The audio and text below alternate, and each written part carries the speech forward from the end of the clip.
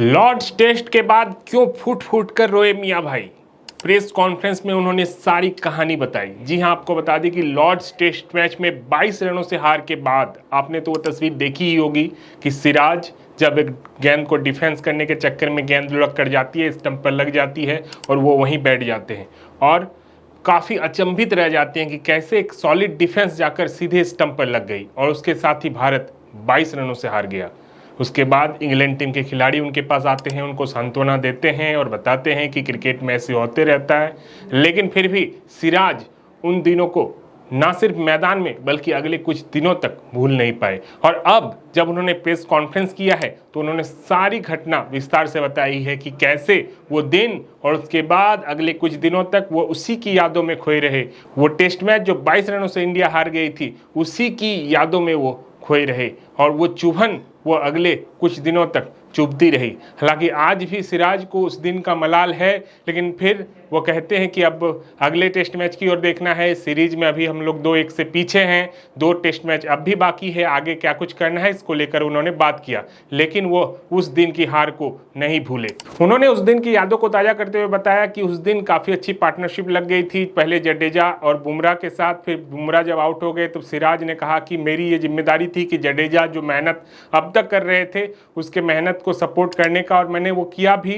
एक गेंद जो मैंने अच्छा डिफेंस किया, वो गेंद कैसे जाकर स्टंप पर लग गई ये मैं यकीन ही नहीं कर पा रहा था। लॉर्ड्स टेस्ट मैच जो हमें जीतना चाहिए था, और अगर वो हम टेस्ट मैच जीत जाते तो 2-1 से हम आगे रहते, ना कि इंग्लैंड। इस याद को, इस दर्द को वो भुला नहीं पा रहे थे, ना सिर्फ मैदान में बल्कि अगले कुछ दिनों तक। उन्होंने आगे कहा कि उस दिन जब वो खेल रहे थे, याद था वो 2021 की टेस्ट मैच की, लॉर्ड्स टेस्ट मैच की, जब उन्होंने आखिरी विकेट निकाला था। विराट कोहली तब कप्तान थे और उन्होंने आखिरी विकेट निकालकर भारत को जीत दिलाई थी। और तब उन्होंने सोचा कि एक बार फिर वो कारनामा बल्ले से करने की बारी है, और इस बार बल्ले से करने के काफ़ी करीब भी पहुंच गए थे। लेकिन इस बार किस्मत को कुछ और ही मंजूर था और इंडिया 22 रनों से वो टेस्ट मैच हार गई। और कहते हैं सिराज कि उस दिन वो अच्छे से सो भी नहीं पाए थे और अगले कुछ दिनों तक उस टेस्ट मैच की याद सताती रही। फिर बाकी जो सारे सीनियर खिलाड़ी हैं उन्होंने बताया कि क्रिकेट में ऐसा होता रहता है, हमें आगे देखना है। तो अब हम मैनचेस्टर टेस्ट मैच को लेकर तैयारी कर रहे हैं और हमारा पूरा फोकस जो है मैनचेस्टर टेस्ट मैच में है, जहाँ पर हमें वापसी करनी होगी, इस सीरीज में बराबरी पर आना होगा और फिर इस सीरीज को जीतने के लिए सपने देखने होंगे। तो कुल मिलाकर मोहम्मद सिराज यानी कि मियाँ भाई, जिन्होंने पूरे सीरीज के दौरान अपना 200% दिया है, चाहे वो गेंदबाजी हो, बैटिंग हो या फिर फील्डिंग हो। और गेंदबाजी में तो अलग ही मोहम्मद सिराज नजर आए हैं। आपने देखा होगा कि जब जब भी उन्होंने विकेट निकाला है, एक अलग एग्रेशन उनमें दिखा है और एक तेज गेंदबाज की जो एग्रेशन होनी चाहिए वो एग्रेशन उनमें दिखी है। तो मोहम्मद सिराज प्रेस कॉन्फ्रेंस में आए थे, उन्होंने ना सिर्फ मैनचेस्टर की तैयारी को लेकर बताया, बल्कि लॉर्ड्स टेस्ट मैच में जो 22 रनों से टीम इंडिया हार गई थी उसको लेकर भी सारी कहानी बताई कि कैसे मोहम्मद सिराज उस रात सो नहीं पाए थे और उससे 22 रनों की हार की दर्द को वो भुला नहीं पा रहे थे।